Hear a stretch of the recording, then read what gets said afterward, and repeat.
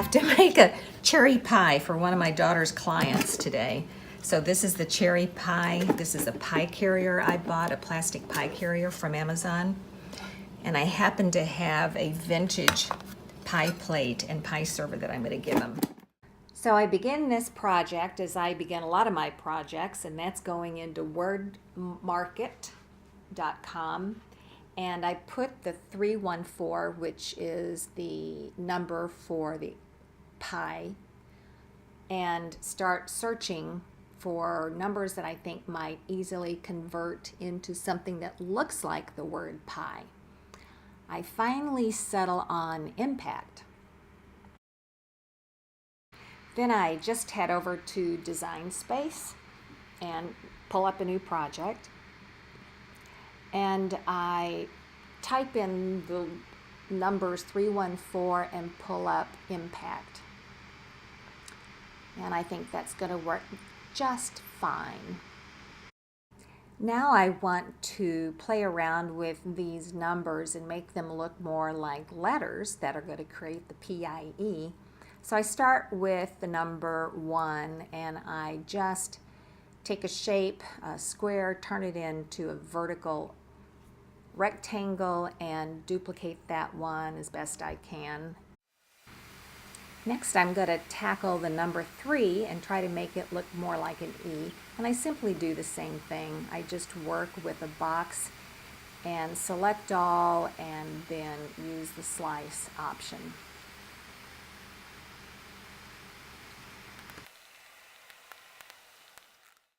And finally, I do the same thing with the number 4. I just slice off that little portion. I'm trying to make it look more like the letter P. And now I duplicate the 314 and flip it horizontally. And now you can see how that looks like the word pie. And of course, I save it every step of the way. Now I want to replicate the space on my pie cover that I have to work within, which is 9 inches. So I just make 2 circles, one 9-inch and one slightly smaller. Slice the smaller one out of the larger one, and there I have the circle I need, which will give me the basis for what my images have to go into. Next, I want to type in the pie symbol, and I simply press the Option key right next to the backspace key and the letter P at the same time, and that gave us pie. Who knew? Then I went into Word Market and looked at several different options and finally decided to use the AppleMyungio. Now I wanted a cute pie icon, so I went into Cricut and uploaded a few of their images and finally selected the one that I thought would look the best.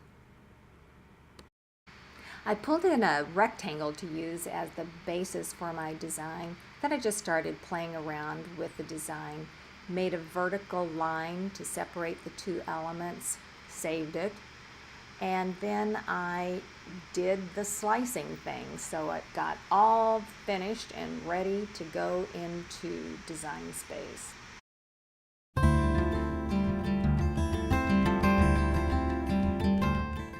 Now I get to show you something that's going to rock your crafting world.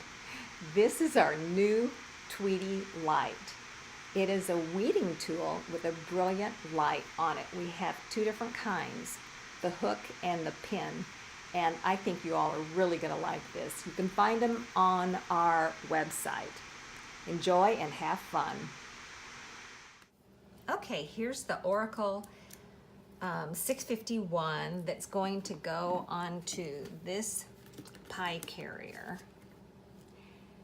And first we have to burnish it onto a mask.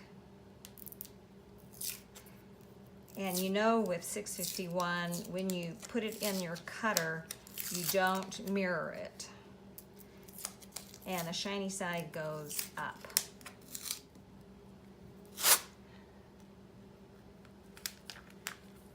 want to put this down without any bubbles. Get it on there smooth, flat.